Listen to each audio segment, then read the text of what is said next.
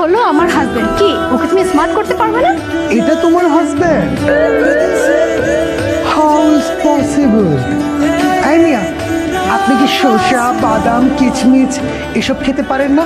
নিজের চেহারাটা একবার আয়নায় দেখেছেন? এত সুন্দর স্মার্ট একটা আপনার বউ, আর আপনি নিজেকে কি করে রেখেছেন? আপনি কি এরকম ব্যাককেল থাকলে হয়? অভি, এত কথা কেন বলতেছো? হ্যাঁ, তুমি যে কাজের জন্য আসছো সেই কাজ ঠিকঠাক ভাবে করো। হ্যাঁ শোনো, তুমি আমার হাজবেন্ডকে খুব সুন্দর করে ফেশিয়াল করে দেবে। আর হ্যাঁ, ফেশিয়াল করার আগে কিন্তু একদম ক্লিন শেভ করে নিবে, কেমন?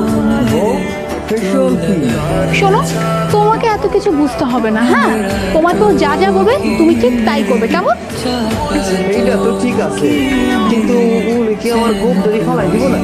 জি, তোমার এই দাড়ি আর গোপ সব ফেলে দেবে।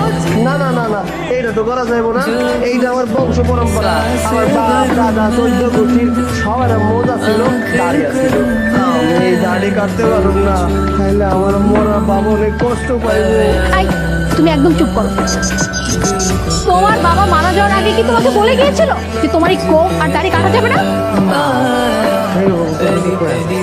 তোমার বাবা যদি এমন কিছু বলে নাই যায়, তাহলে তোমার এই গোপ আর দাড়ি কাটতে সমস্যা কোথায়? শোনো, চুপচাপ কোনো কথা না বলে তুমি এখানে বসবা।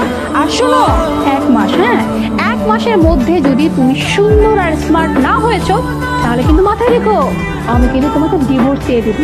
না না, ডিভোর্স দিতে হইব না। আমি ওনার কাছে বসতেছি। জরিনা, একটা চেয়ার নিয়ে আয় তো।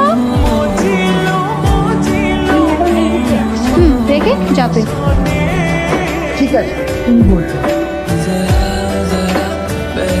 বসো।